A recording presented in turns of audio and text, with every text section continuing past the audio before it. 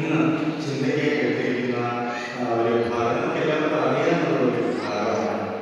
ലജ്ജവും ബാധിച്ച അനേകം ഭൂതങ്ങൾ ബാധിച്ച ഒരു മനുഷ്യന്റെ ഗെരസേന്യ എന്ന് പറയുന്ന ഒരു ദേശം, അവിടെ ഒരു മനുഷ്യനുണ്ടായിരുന്നു. ആ മനുഷ്യൻ അനേകം ഭൂതങ്ങൾ ബാധിക്കപ്പെട്ട ഒരു മനുഷ്യൻ എന്ന് പറയപ്പെടുന്നു.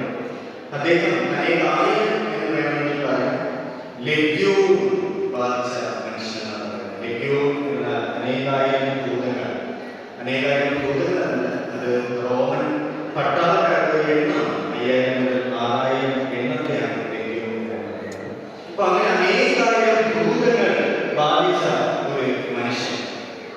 അപ്പോൾ അവന് നഗ്നനായിട്ട് അല്ലെങ്കിൽ വസ്ത്രം പോലും ധരിക്കുവാനുള്ള ബോധം ഇല്ലാതെ, ഭവനമില്ലാതെ, ഒരുപക്ഷെ ഭവനത്തിൽ നിന്ന് അകറ്റപ്പെട്ട്, ഒരുപക്ഷെ ഭവനത്തിൽ നിന്ന് ഓടി മറയപ്പെട്ട് അവൻ ചങ്ങലകളാൽ ബന്ധിക്കപ്പെടുന്നതായി. പക്ഷെ ആ ചങ്ങലകൾ പോലും ഒട്ടിച്ചു കളഞ്ഞ ആളുകളിലേക്ക് ഓടിപ്പോയ ഒരു മനുഷ്യൻ, ലജ്ജ ബാധിച്ച ഒരു മനുഷ്യൻ, അനേകായിരം ഭൂതങ്ങൾ ബാധിക്കപ്പെട്ട ഒരു മനുഷ്യൻ.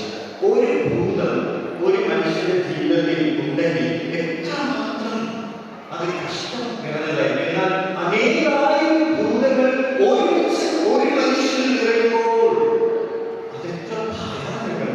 അങ്ങനെ ഭീതി നിറഞ്ഞ ഒരു മനുഷ്യൻ.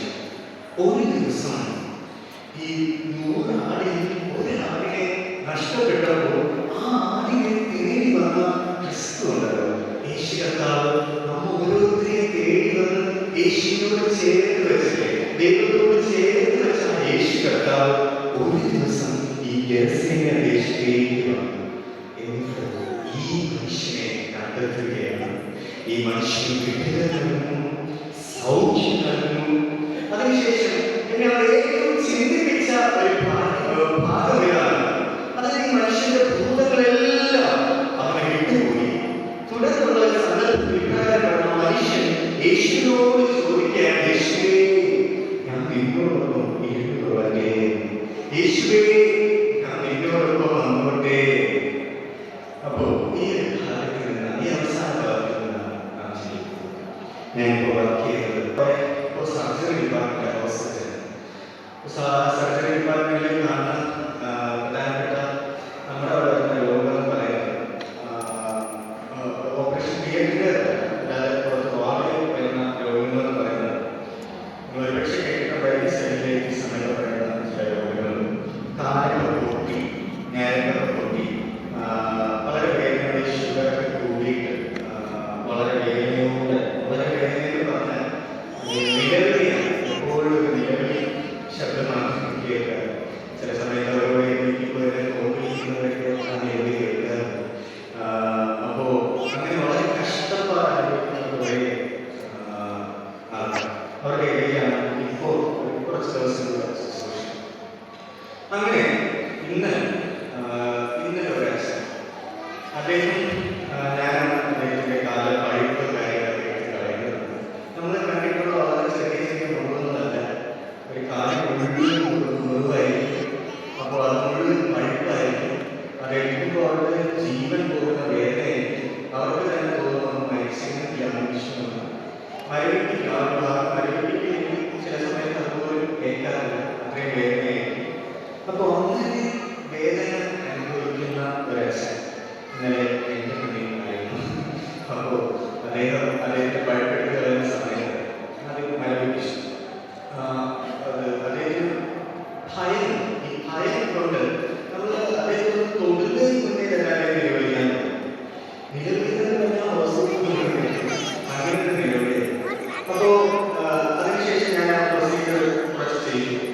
എനിക്ക് മനസ്സിലായത് ഇനിയും അദ്ദേഹം ഭയം കൊണ്ട് ഇങ്ങനെ വിളിച്ചുകൊണ്ടില്ല, വേദനയുണ്ട് എങ്കിലും ഭയം, ഭയം.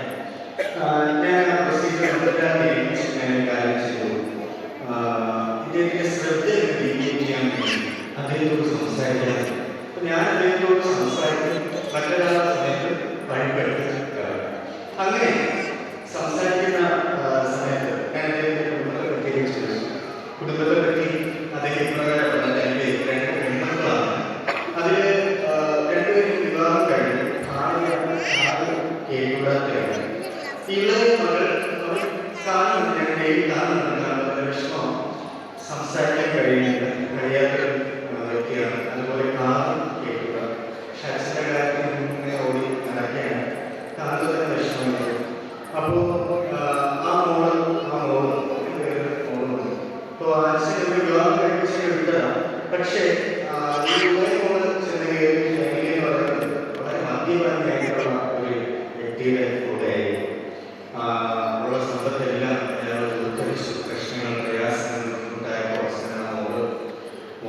മക്കളും കൂടെ ഈ അച്ഛൻ്റെ കീഴിലിരിക്കുമെന്ന് എനിക്ക് പറയുന്നത്.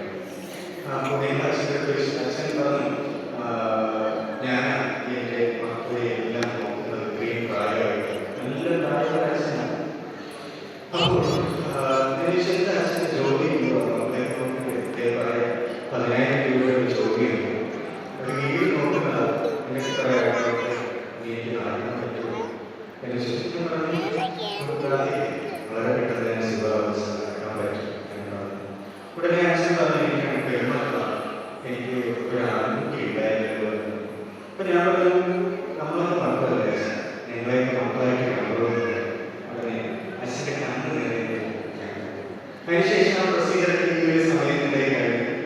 തിരിച്ചു പോകുമ്പോൾ ഞങ്ങളുടെ അച്ഛൻ്റെ കൈ പിടിച്ച് കുറച്ച് കാര്യം അവിടെ നിന്ന് ഞാൻ പറയും. അപ്പോൾ എപ്പോഴും ആ വേദനയുടെ ഇടയിൽ ഒരുപക്ഷെ ആശ്വസിക്കുന്ന എന്തോ ചില വാക്കുകൾ അദ്ദേഹത്തിന് ലഭിച്ചിരിക്കണം. അതായിരിക്കാം അദ്ദേഹത്തിൻ്റെ കണ്ണുകൾ നേർന്നത്. ഇതുപോലെ ഒരു ഭാഗം അപേക്ഷിക്കപ്പെട്ട ഒരു വ്യക്തി, കാടുകളിൽ നഗ്നനായി സുബോധമില്ലാതെ പോയ വ്യക്തി, കുഞ്ഞു മക്കളൊക്കെ പോകുമ്പോൾ അമ്മമാരെ ചൂണ്ടിക്കാട്ടി നോക്കിയേ വ്യക്തി അവരുടെ അടുത്തേക്ക് പോകല്ലേ. അതുപോലെ വസ്ത്രം പോലും ധരിക്കാനുള്ള സുബോധമില്ലാത്ത ഒരു വ്യക്തി, അനേകായിരം ഭൂഭൂതങ്ങൾ തന്നെ വളരെ കഷ്ടതയോട് നെടുനീർപ്പിട്ട് മരിച്ചാൽ മതി എന്ന് ചിന്തിക്കുന്ന വ്യക്തി, ഒരുപക്ഷെ മരിക്കാൻ പോലും പലപ്പോഴും തുനിക്കും. പക്ഷെ അതിന് പോലും അവരുടെ ഉള്ളിലുള്ള ഭൂതങ്ങൾ അവരെ സമ്മതിച്ചു കാണത്തില്ല. കല്ലറയെ പാടുന്ന ഒരു വ്യക്തി, ആരുമില്ലാതിരുന്ന ഒരു വ്യക്തി, കാടുകളിൽ നോക്കി ചില സമയങ്ങളിലെ അതുപോലെ അവിടെ മനുഷ്യരെ പോകുമ്പോൾ ഒരു മനുഷ്യനെ കാണുമ്പോൾ ഇവൻ അവരോട് സംസാരിക്കാൻ ഒരുപക്ഷെ തുനിഞ്ഞു വരാം. പക്ഷേ അവർ ഭീതി കൊണ്ട് ഈ നാടിലെ ബാക്കി മൃഗങ്ങളെ പോലെ കണ്ട് ഒരുപക്ഷെ ഓടി മറയുന്ന ഒരു അനുഭവങ്ങൾ കാണുന്ന ഒരു വ്യക്തി. അങ്ങനെയുള്ള അവന്റെ അടുക്കലേക്ക് ഒരു നാൾ യേശു വരികയാണ്. അവന് വിടുതൽ കൊടുക്കുകയാണ്, അവന് സൗഖ്യം കൊടുക്കുകയാണ്, ആ ഭൂതങ്ങൾ അവന് പുറത്തിറക്കുകയാണ്. അപ്പോൾ സംഭവിക്കുന്ന ഒരു കാര്യം യേശുവിനോട് ചോദിക്കുക, യേശുവേ ഞാൻ നിന്നോട് കൂടെ ഇരിക്കൊള്ളട്ടെ. നോക്കി സൗഖ്യം പ്രാപിക്കുന്ന ഒരു വ്യക്തി ആദ്യം എന്തായിരിക്കും ആഗ്രഹിക്കുന്നത്? ആ വ്യക്തി ആദ്യം ആഗ്രഹിക്കുന്നത് ഭാര്യ, മക്കൾ, അമ്മ, അപ്പൻ, സഹോദരങ്ങൾ, കൂടെയുള്ളവർ ഇവരെല്ലാം കൂടി ഞാൻ സൗഖ്യമായി എന്നവരോടെല്ലാം പറയുന്നത് എന്തായിരിക്കും അവർ ചിന്തിക്കുന്നത്? പക്ഷേ ഈ മനുഷ്യൻ ചിന്തിച്ചത് മറ്റൊരു രീതിയിലായിരുന്നു. യേശുവേ ഞാനിലൂടെ നിന്റെ കൂടെ വന്നുകൊള്ളട്ടെ, ഞാനിലൂടെ നിന്നോടൊപ്പം നടന്നുകൊള്ളട്ടെ, ഞാൻ നിന്നോടുകൂടെ ഇരുന്നോട്ടെ. എന്തുകൊണ്ടായിരിക്കാം ആ വ്യക്തി അങ്ങനെ ചിന്തിച്ചത്? ഒരുപക്ഷെ ഇന്ന് വരെ ലഭിക്കാത്ത സ്നേഹത്തിന്റെ ശരങ്ങൾ അദ്ദേഹത്തിന്റെ നെഞ്ചത്ത് കുത്തിത്തുളച്ചതാണ് യേശു സംസാരിച്ചപ്പോൾ. ഒരു വീടിന്റെ ഉപരിയായിട്ട് ഇന്ന് വരെ ലഭിക്കാത്ത ഒരു സാന്ത്വനം, കരുണ, ഒരു വലിയ കൃപ, അതിന്റെ ശരങ്ങൾ ആ നെഞ്ചത്ത് തുളച്ച കരങ്ങളാണ്. അപ്പോൾ ആ മനുഷ്യൻ യേശുവിനെ വിട്ടു പിരിയുവാനായിട്ട് തോന്നുന്നേയില്ല. മറ്റൊരു ഭാഗത്ത് നമ്മൾ മാർത്ത മറിയ സഹോദരികളെ കാണുന്ന ലൂക്കോസ് 10-ാം അധ്യായം 38 മുതൽ 42 വരെ വചനങ്ങൾ. അവിടെ യേശു മാർത്ത മറിയ സഹോദരിമാരെ ഭവനത്തിലേക്ക് വരുമ്പോൾ മാർത്ത യേശുവിനെ എങ്ങനെ ശുശ്രൂഷിക്കണം എന്ന് കരുതി ധ്യാനപ്പെട്ട് നടക്കുകയും ഓടി നടന്ന യേശുവിനെ എങ്ങനെ ശുശ്രൂഷിക്കും, എന്ത് കുടിക്കുവാൻ കൊടുക്കും? അല്ലേ, നമ്മുടെ കുടുംബത്തിൽ യേശു പറഞ്ഞാൽ എന്തായിരിക്കും അവസ്ഥ?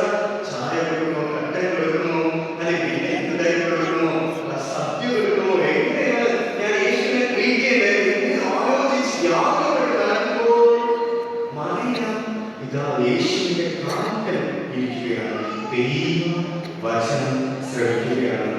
യേശു അവിടെ ഇപ്രകാരം പറയുന്നത്, മാർത്തേ മാർത്തേ, നീ പലരെ ചൊല്ലി വിചാരപ്പെട്ട് മരണം നൽകിയിരുന്നു, എന്നാൽ അല്പമേ കേട്ടു. ഒന്ന് മതി, മറിയ നല്ല അംശം തിരഞ്ഞെടുത്തു, അത് ആരും അവളോട് അപഹരിക്കുകയില്ല. എന്നാൽ അല്പമേ കേട്ടു. അല്ല, ഒന്ന് മതി, മറിയ നല്ല അംശം തിരഞ്ഞെടുത്തിരിക്കുന്നു, അത് ആരും അവളോട് അപഹരിക്കുകയില്ല. നോക്കിയേ, എന്തായിരുന്നു ആ നല്ല അംശം? യേശുവിനോട് ചേർന്ന് യേശുവിനോട് ഒപ്പം ഇരുന്നു യേശുവിന്റെ കാൽക്കൽ ഇരുന്നു അവന്റെ വചനം അനുസരിച്ച്. ഈ നോമ്പിന്റെ നാളുകളിൽ നമുക്ക് ചിന്തിക്കാൻ പറ്റുന്ന ഒരു വളരെ മനോഹരമായിട്ടുള്ള ഒരു ഭാഗമാണ് 4 തരത്തിലുള്ള ആത്മീയതയുണ്ട്. ഇതിലേത് തരത്തിലാണ് നിങ്ങളെന്ന് ഇന്ന് സ്വയം ശോധന ചെയ്യുക. 4 തരത്തിലുള്ള ആത്മീയതയുണ്ട്. ഒന്നാമത്തെ തരത്തിൽ വരുന്നത് ദൈവമായിട്ട് ഒരു ബന്ധവുമില്ലാത്ത മനുഷ്യൻ.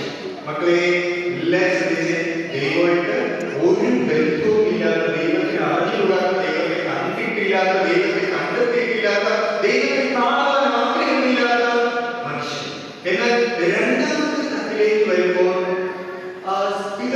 റിലീജിയസ് പേഴ്സണാലിറ്റീസ്, അതായത് മതത്തിന്റെ അവർ തമ്മിൽ സ്ഥിരം പോകുന്നവരായിരിക്കും, മതത്തിന്റെ അധികാരത്തിന് വേണ്ടി ഉപയോഗിക്കുന്നവരായിരിക്കും.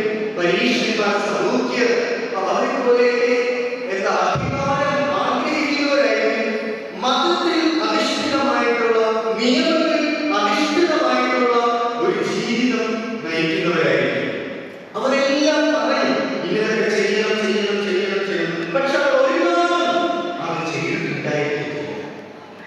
അവർ യേശുവിനെ ഹൃദയം കൊണ്ട് അറിഞ്ഞുകൂടാത്ത ഒരു കൂട്ടം വ്യക്തികൾ, യേശുവിനെ ഇന്ന് വരെ ഹൃദയത്തിൽ സ്വീകരിച്ചിട്ടില്ലാത്ത മനുഷ്യർ, യേശുവിന്റെ സ്പർശനം ലഭിച്ചിട്ടില്ലാത്ത മനുഷ്യർ. അവർ വെറും മതത്തിന്റെ വക്താക്കൾ മാത്രം. അവർ ദൈവരാജ്യത്തിൽ നിന്ന് അന്യപ്പെട്ടുപോയി.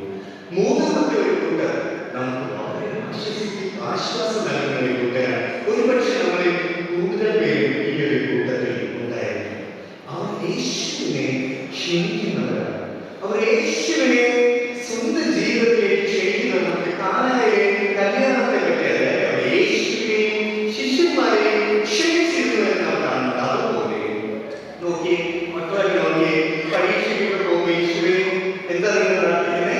യേശുവെ എന്നോടൊപ്പം വരണമേ, അല്ലേ? യേശുവെ എക്സാമിനെ സഹായിക്കുന്നത്. അതുപോലെ ജോലിക്കൊക്കെ പോകുന്ന ഇച്ചിരി പ്രായമുള്ള മുതിർന്ന ആൾക്കാരൊക്കെ എന്താ പ്രാർത്ഥിക്കുന്നത്? കർത്താവ് എന്റെ കൂടെ വരണമേ എന്ന് പ്രാർത്ഥിക്കല്ലേ? അല്ലെങ്കിൽ വണ്ടി എടുത്തുകൊണ്ട് പ്രാർത്ഥിക്കാറില്ലേ? കർത്താവെ വാഹനം ഓടിക്കുന്നതിനായിട്ട് പോവുകയാണ്, അങ്ങ് കൂടെ ഇരിക്കണമെന്ന്, അല്ലെ? ഇതുപോലെ ഒരു PSC എക്സാമിനൊക്കെ പോകുമ്പോൾ പ്രാർത്ഥിക്കാറില്ലേ? അതുപോലെ ഓരോ കാര്യത്തിൽ കർത്താവ് എന്റെ കൂടെ വരണേ, എന്റെ കൂടെ വരണേ, എന്റെ കൂടെ വരണേ, ഞാൻ ഇന്ന കാര്യത്തിൽ പോവുകയാണ്, ഞാൻ ഇന്ന കാര്യം ചെയ്യുമ്പോൾ എന്റെ കൂടെ വരണേ എന്ന് പ്രാർത്ഥിക്കാൻ ആരെങ്കിലുണ്ടോ? അപ്പൊ അത് എല്ലാവരും ഒരുപക്ഷെ പ്രാർത്ഥിച്ചിട്ടുണ്ടായിരുന്നു, ഞാനും പ്രാർത്ഥിച്ചിട്ടുണ്ട്. അപ്പോ നമ്മൾ പല സാഹചര്യങ്ങളും നമ്മൾ പ്രാർത്ഥിക്കാറുണ്ട്. നമ്മുടെ ഇഷ്ടത്തിലേക്ക് കർത്താവിനെ നാം വിളിച്ചു വരുത്തുന്നത്. ഒന്ന് ചിന്തിച്ചേ, നമ്മുടെ ഇഷ്ടത്തിലേക്ക് നാം ഇന്ന കാര്യങ്ങളൊന്നും തീരുമാനിച്ചിട്ടുണ്ട്. ആ തീരുമാനിച്ച കാര്യത്തിലേക്ക് നാം കർത്താവിനെ വിളിക്കാം. കർത്താവെ, നീ ഇന്ന് ആ കാര്യത്തിലേക്ക് കൂടെ വരണം. ഇതാണ് മൂന്നാമത്തെ തരത്തിലുള്ള ആളുകൾ. കൂടുതൽ വ്യക്തികൾ ഇവിടെ വളരെ സ്ട്രിക്റ്റായിട്ട് നിൽക്കുകയാണ്. എന്നാൽ നാലാമത് ഒരു തട്ടുണ്ട്. ആ തട്ടിൽ കുറച്ച് ആൾക്കാരെ കാണത്തുള്ളൂ. ആ തട്ടിൽ ആക്കുവാനായിട്ട് ശ്രമിക്കുക. അത് പ്രകടനമാണ്. യേശുവിനെ ഇത്രയും പേര് ഇങ്ങോട്ട് ക്ഷണിച്ച മനുഷ്യർ യേശുവിലേക്ക് ഇറങ്ങിച്ചു, യേശുവിന്റെ ഇഷ്ടത്തിലേക്ക് ഇറങ്ങിച്ചു, യേശുവിന്റെ ഇഷ്ടം ചെയ്യുവാനായിട്ട് ആഗ്രഹിക്കും, യേശുവിന്റെ കൂടെ നടക്കുവാനായിട്ട് ആഗ്രഹിക്കും. കർത്താവേ, നീ എങ്ങോട്ടാണ് പോകുന്നത്? അവിടേക്ക് ഞാൻ എന്റെ കരം പിടിച്ച് വരുവാനായിട്ട് തയ്യാറാണ്. അപ്പാ, നീ എങ്ങോട്ടാണ് പോകുന്നത്? അവിടേക്ക്. ഒരു കുഞ്ഞിനെ പോലെ, ഒരു ശിശുവിനെ പോലെ, എനിക്കൊന്നും അറിയത്തില്ല, ഞാൻ നിന്റെ കരം പിടിച്ച് വരുവാൻ തയ്യാറാണപ്പാ എന്ന് പറയുന്ന നാലാമത്തെ തലത്തിലുള്ള ആത്മീയത. അങ്ങനെയുള്ള ചില മനുഷ്യർ, ഈ പറഞ്ഞ മറിയയും അതുപോലെ തന്നെ ലക്ഷ്യം ബാധിച്ച മനുഷ്യൻ, അയാൾ രൂപപ്പെട്ടപ്പോൾ അവരെല്ലാം ആഗ്രഹിച്ചതാണ് യേശുവിനോടൊപ്പം ഇരിക്കുവാൻ, യേശുവിനോടൊപ്പം നടക്കുവാൻ, യേശുവിന്റെ ഇഷ്ടം ചെയ്യുവാനായിട്ട്. നമ്മൾ വചനത്തിൽ ചില വ്യക്തികളെ കാണുന്നുണ്ട്. ഉൽപ്പത്തി 6:9 ലോകത്തെ നാം അറിയാൻ, ലോകയ്ക്ക് ദൈവത്തിന്റെ കൃപ ലഭിക്കുന്നതായിട്ടും ലോകം ദൈവത്തോടു കൂടെ നടക്കുന്നതായിട്ടും നാം കാണും. നോക്കിയേ, ഒരു മഹാജലപ്രളയം ഉണ്ടാകുന്നതിന് മുന്നേ ലോകത്തോട് ദൈവം പറയുകയാണ്, നീ ഒരു പെട്ടകം ഉണ്ടാക്കുക. ഓരോ മനുഷ്യനും ആ പെട്ടകത്തിൽ കയറുവാൻ തയ്യാറാകുന്നില്ല. ലോകത്തിൽ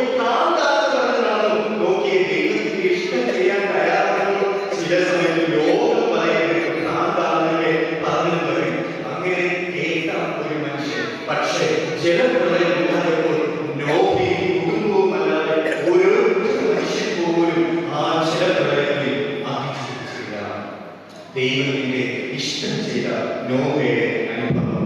ഉൽപ്പത്തി 18:16, അതുപോലെ തന്നെ യാക്കോബ് 2:23, യെശയ്യാവ് 41:8, 2 ദിനവൃത്താന്തം 20:17 നോക്കുമ്പോൾ അത് അബ്രഹാമിനെ നാം കാണുകയാണ്. അബ്രഹാം ദൈവത്തിന്റെ സ്നേഹിതൻ എന്നാണ്. നോക്കിയേ, ഒന്ന് ചിന്തിച്ചേ, ഒരു ദേശം മുഴുവൻ ദൈവം നശിപ്പിക്കുവാനായിട്ട് പോകുമ്പോൾ ഇപ്പോഴും ദൈവം പറയുന്നത് ഞാൻ എന്റെ സുഹൃത്തായിട്ടുള്ള അബ്രഹാമിനോട് ഈ കാര്യം മറച്ചു വയ്ക്കുമ്പോൾ നോക്കി നമ്മളാരെങ്കിലും ദൈവം സംസാരിച്ചിട്ടുണ്ട്. ഒരു ദേശത്തെ സംഭരിക്കാനായിട്ട്, ഒരു ദേശത്തെ നശിപ്പിക്കാനായിട്ട് ഓർമ്മ വരാൻ നോക്കി ആരെങ്കിലും ദൈവം സംസാരിച്ചിരുന്നു. അത്രത്തോളം ഒരു മഹാവ്യാധി അതിന് മുന്നേ ദൈവം അബ്രഹാമിനോട് സംസാരിക്കാൻ ദൈവം മനസ്സിലാലോചിക്കാൻ സുഹൃത്തിനോട് മനസ്സിൽ ചെയ്യുമ്പോൾ അത്രത്തോളം ഒരു ആത്മബന്ധമോ ഒരു ദൈവത്തിന് മനുഷ്യനുമായിട്ട് അല്ലെങ്കിൽ മനുഷ്യന് ദൈവവുമായിട്ട് ഈ ഒരു കാര്യം ദൈവം ആഗ്രഹിക്കുന്നുണ്ട്. ഒന്നാലും സുഹൃത്തിനെ പോലെ മക്കളെ, യുവാക്കളെ, യുവതികളെ, ഒരു സുഹൃത്തിനെ പോലെ, ഒരു സുഹൃത്തിനെ പോലെ, അബ്രഹാമിനെ പോലെ ദൈവത്തോട് സംസാരിക്കാറുണ്ടോ? തുടർന്ന് നമ്മൾ 1 ശമൂവേൽ 13:14, അപ്പോസ്തലരുടെ 13:22 കാണുമ്പോൾ ദാവീദിനെ തനിക്ക് ബോധിച്ച പുരുഷനായിട്ട് അവർ ദൈവം പറയുന്നത്, അതിന് കാരണമായിട്ട് പറയുന്നത് ഇതാണ്: അവൻ എന്റെ ഹിതമെല്ലാം ചെയ്യും എന്ന് ഞാൻ അവരെ പറ്റി കാണുന്നത്. ദാവീദ് എന്റെ ഹിതം എല്ലാം ചെയ്യുന്നത് 100-ൽ 2 കാര്യങ്ങൾ ദൈവത്തിന് ഇഷ്ടം ചെയ്യുന്നതല്ല, 100-ൽ 95 കാര്യങ്ങൾ ദൈവത്തിന് ഇഷ്ടം ചെയ്യുന്നതല്ല, 100-ൽ 99 കാര്യങ്ങൾ ദൈവത്തിന് ഇഷ്ടം ചെയ്യുന്നതല്ല. അവൻ എന്റെ ഹൃദയത്തിലുള്ള എന്റെ ഹിതം എല്ലാം ചെയ്യും എന്ന് ദാവീദിനെ പറ്റി ദൈവം സാക്ഷ്യപ്പെടുത്തുന്നു. ഒന്നാലോചിച്ച്, ഇതുപോലെ ആരെങ്കിലുണ്ട് നമ്മുടെ മധ്യത്തിൽ ദൈവത്തിന്റെ ഇഷ്ടം മുഴുവൻ ചെയ്യാനായിട്ട് ദൈവം നോക്കുന്നത്? സംസാരിക്കുമ്പോൾ കേട്ടിട്ടുള്ള ഞാനല്ല, ഞാനതിന് പ്രാപ്തനല്ല, ഞാനതിന് യോഗ്യനല്ല. ആയിരിക്കാമോ? ഞാൻ യോഗ്യനല്ല, ആരും യോഗ്യരല്ല. പക്ഷേ ആഗ്രഹമുണ്ടോ? ഹൃദയമുണ്ടോ? ഹൃദയത്തിൽ എന്താണ്? അതാണ് ദൈവം നോക്കുന്നത്. കഴിവ് എന്താണല്ല, ഹൃദയം ഉണ്ടോ? ദൈവത്തിന് വേണ്ടി കൊടുക്കാൻ ഹൃദയം ഉണ്ടോ? മനസ്സുണ്ടോ? താല്പര്യമുണ്ടോ? എന്റെ ഹൃദയപ്രകാരമുള്ള മനുഷ്യൻ വചനത്തെ സാക്ഷ്യപ്പെടുത്തും. കാരണം അവൻ എന്റെ ഹിതം എല്ലാം ചെയ്യും എന്ന് അവൻ വേണ്ടി സാക്ഷ്യപ്പെടുത്തുന്നു.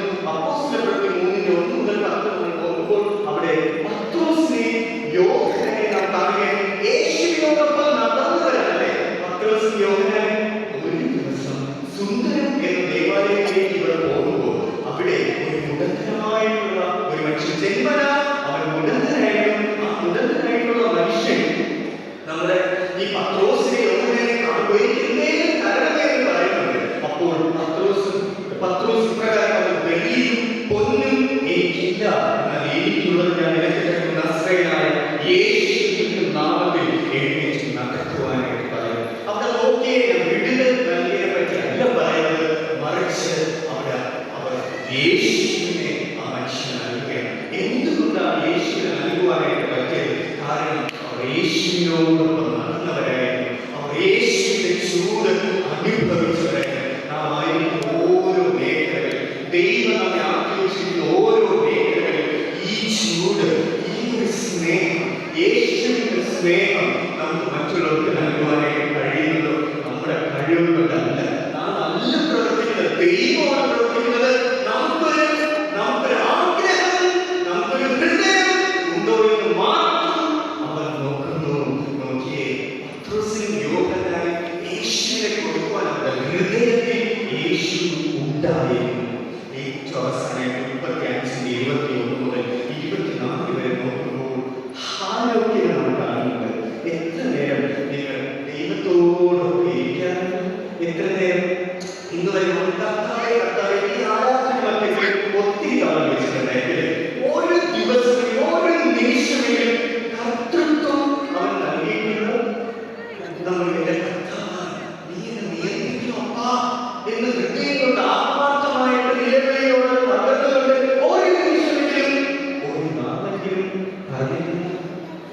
നിമിഷമെങ്കിൽ നാം അവരോടുകൂടി ഇരിക്കുവാൻ തയ്യാറാണ്? അതോ വെറും പ്രഹസനം മാത്രമോ?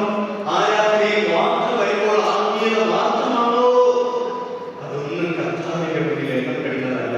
ഹാനോക്ക് 300 സംവത്സരം ദൈവത്തോടൊപ്പം നടന്നു. അവസാനം അവനെ കാണാതായി എന്നാണ് പറയുന്നത്. ദൈവം അവനെ എടുത്തു കൊണ്ടതാണ്, മരണം പോലും കാണാതെ അവൻ എടുക്കപ്പെട്ടു എന്ന് നാം കാണുന്നത്. ഒരു നിമിഷമല്ല, ഒരു മണിക്കൂറല്ല, ഒരു ദിവസമല്ല, ഒരു വർഷമല്ല, 300 സംവത്സരം ഹാനോക്ക് ദൈവത്തോടുകൂടെ നടന്നു. ഇനി വരാൻ പോകുന്ന ഏറ്റവും ലോകം കാണാൻ പോകുന്ന വലിയൊരു സംഭവം കർത്താവിന്റെ 2ാം വരവാണ്. ആ വരവിൽ മരണം നടന്നവരൊക്കെ എടുക്കപ്പെടും. ഒരുപക്ഷെ നമ്മുടെ തലമുറയിൽ ഒരുപക്ഷെ അടുത്ത നിമിഷം അല്ലെങ്കിൽ കുറച്ച് നാളുകൾ കഴിഞ്ഞ് ഇപ്പോഴാണ് കർത്താവിന്റെ വരവ് നമുക്ക് ആർക്കും പറയാനായിട്ട് കഴിയത്തില്ല. എന്നാൽ കാത്തിരിക്കുന്നവർ, ദൈവത്തിന് ഇഷ്ടം ചെയ്യുന്നവർ, അതിനുള്ള ഒരു ഹൃദയമുള്ളവർ, അവന്റെ കരം പിടിച്ച് ആരോഗ്യം പോലെ നടന്ന് അവൻ കർത്താവ് എടുത്തുകൊണ്ട് പോകുന്ന ഒരു ദിവസം വരും. അപ്പോൾ ഈശ്വരനോട് കൂടെ നടന്ന 3ാമത്തെ തലം ഇതായിരുന്നു. എന്റെ ഇഷ്ടത്തിലേക്ക് ദൈവത്തെ ക്ഷണിക്കുന്നവരാണോ? എന്നാൽ 4ാമത്തെ തലമിലാണ് ഞാൻ തന്നെ ദൈവത്തിന്റെ ഇഷ്ടത്തിലേക്ക് ഇറങ്ങിച്ചത്. എനിക്കൊന്നും അറിയത്തില്ല. എന്റെ ജീവിതത്തിൽ ഒരു അനുഭവം ഇതാണ്. അവസരത്തിനായിട്ട് ജോലി ചെയ്യുന്ന സമയം FMC എന്ന് പറയുന്ന എക്സാം നമുക്ക് നാട്ടിൽ പാസ്സാണ്. ഞാൻ കഴിഞ്ഞ തവണ ഒരു അനുഭവം പറഞ്ഞിട്ടുണ്ടായിരുന്നു. അതുവഴി അത് പാസ്സായ ദൈവം വലിയൊരു അത്ഭുതം സ്വപ്നത്തിലായിട്ടുണ്ടാകുന്നത്. അപ്പോൾ ഈ എക്സാം കഴിഞ്ഞ് ഏകദേശം 1 വർഷം കഴിഞ്ഞിട്ടാണ് ഈ ഹോസ്റ്റലിൽ കിട്ടുന്നത്. അപ്പോൾ മറ്റു ചില ജോലികളൊക്കെ ഞാൻ ചെയ്തുകൊണ്ടിരിക്കുന്നു. അങ്ങനെ ഇരുന്നപ്പോൾ പെട്ടെന്ന് വളരെ തിരക്ക് കുറഞ്ഞ ഒരു സാഹചര്യത്തിൽ വളരെ പെട്ടെന്ന് തിരക്കെന്ന് പറയുന്ന പേഷ്യൻസ് രാത്രി 12-1 മണിക്ക് പോലും കഴിഞ്ഞ 2-3 ദിവസം മുന്നേ, കഴിഞ്ഞ ആഴ്ച രാത്രി തുടങ്ങി രാവിലെ 4 മണി വരെ ഞാൻ ഇടുന്നു.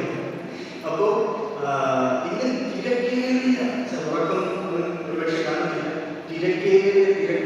തിരക്കിന്റെ സാഹചര്യം. അപ്പോൾ തുടർന്ന സമയത്ത് ഒന്നും അക്സെപ്റ്റ് ചെയ്യാൻ പറ്റുന്നില്ലായിരുന്നു. ആദ്യത്തെ ദിവസങ്ങളിലൊക്കെ ഞാൻ എവിടെയാണ് കിടന്ന് ഉറങ്ങിയെന്നും എനിക്കറിയത്തില്ല.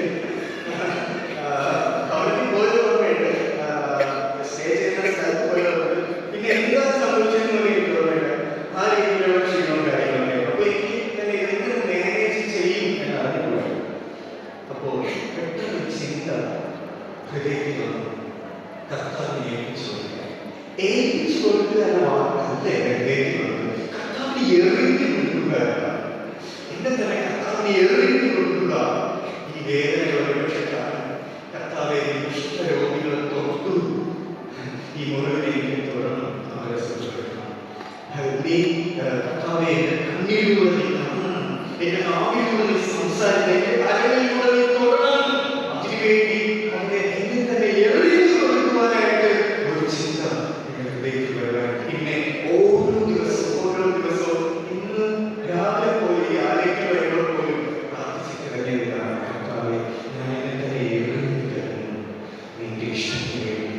അതെന്താണെന്ന് എനിക്കറിയില്ല. ഓരോ ദിവസം ഞാൻ എഴുതേക്കുന്നത് എന്താണെന്ന് എനിക്ക് അറിയില്ല. പക്ഷേ എന്നെ തന്നെ എറിഞ്ഞു തരുന്ന നിനക്ക് നിന്റെ ഇഷ്ടം എന്നിലൂടെ സംഭവിക്കട്ടെ. എങ്ങനെയാണ് ദൈവത്തിന്റെ ഇഷ്ടം ചെയ്യുവാനായിട്ട് കഴിയും? പുതുതായി ജീവിക്കണം. നാം പുതുതായി ജനിക്കുമ്പോൾ ഒരു പുതിയ വ്യക്തി നമ്മുടെ ജീവിതത്തിൽ രൂപപ്പെടും. ആ പുതിയ വ്യക്തി നമ്മുടെ ജീവിതത്തിൽ രൂപപ്പെടുന്നത് നമ്മുടെ കഴിവുകൊണ്ടല്ല, ഒരുമായി വരുന്ന നമ്മുടെ കഴിവുകൊണ്ടല്ല. പകരം ക്രിസ്തു ദൈവം നമ്മൾ ചെയ്യുന്ന പ്രവൃത്തിയാണ് പുതിയ ജനം. വചനത്തിൽ പറയുന്നു, പുതുതായി ജനിക്കുന്നില്ല നിങ്ങൾ ദൈവരാജ്യം പ്രവേശിക്കുന്നില്ലെന്നല്ല, ദൈവരാജ്യം കാണുക പോലും ഇല്ല എന്നാണ്. പുതുതായി ജനിക്കണം. പുതിയ ജനം നമ്മുടെ ജീവിതത്തിൽ നൽകുന്നത് നമ്മെ തിരഞ്ഞെടുത്ത ദൈവം തന്നെ. അവിടെ നമുക്ക് ചെയ്യുവാൻ പറ്റുന്ന ഒറ്റ കാര്യങ്ങളോ നമ്മെ ഏൽപ്പിച്ചു കൊടുക്കുക. ദൈവത്തിന്റെ മുന്നിൽ നമ്മളെ തന്നെ ഏൽപ്പിച്ചു കൊടുക്കുക, വിനയപ്പെടുക, തകർക്കുക, കർത്താവിന്റെ മുന്നിൽ താഴ്ത്തപ്പെടുക. അതേ കർത്താവേ, ഇതാണ് കഴിവിന്റെ ഇഷ്ടം ചെയ്യുവാൻ ഞാൻ പ്രിയപ്പെടുന്നു. ഈ ഇതാണ് നമ്മുടെ മനസ്സിനെ ഭാഗം പറയുന്നത്. സഹോദരങ്ങളെ,